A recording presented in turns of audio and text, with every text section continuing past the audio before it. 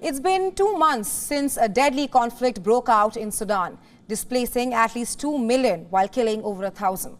The power struggle between the two generals, Abdel Fattah-al Burhan and the paramilitary commander Mohammed Hamdan Daga-lo, plunged the country into a devastating war, which seems nowhere near its end. In the latest, Khamis Abbakar, the governor of West Darfur state, has been killed. The Sudanese army has accused the paramilitary RSF of kidnapping and assassinating the governor. According to the reports, in days preceding his assassination, Abbakar had accused the RSF and allied militias of violence, calling it a genocide. The Sudanese army has condemned the killing, calling it a brutal act. It further added that the killing of West Darfur governor meant that the RSF has added a new chapter to its record of barbaric crimes that it has been committing against all the people of Sudan.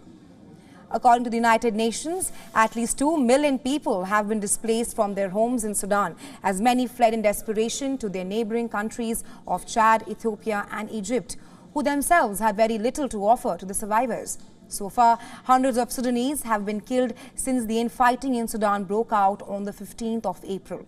Several failed ceasefires and attacks on the medical facilities and medical aid workers have further added to the growing numbers of casualties.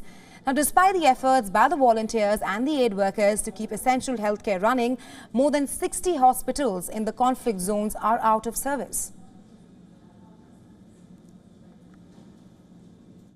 Practically, there are no healthcare services at all in Janina. It's a city of death. It's probably the worst part of Sudan currently. We know that we spoke to numerous healthcare professionals who fled to eastern Chad, and what they're describing is just simply horrifying and something that's completely heartbreaking. So the bottom line is, yes, there isn't healthcare services in Janina. In the entire region of Darfur, there hasn't been supplies that reach the area because of safety situations. But despite the unrest, violence and the hostile environment, the Sudanese children are taking their final exams in Port Sudan after fleeing Khartoum. Take a look. These students are taking their final exams in Port Sudan after fleeing Khartoum. The war between Sudan's army and paramilitary rapid support forces has raged for almost 2 months now. This school has been set up as an emergency arrangement for about 828 students who have fled the fighting. Aya Osman Ibrahim Daras is one of them. She says she came to Port Sudan when the war intensified and says she's been able to study despite the unstable circumstances. Amira Bakar Ali is a mother who says her family had to leave Khartoum with nothing, no books for her child to study from.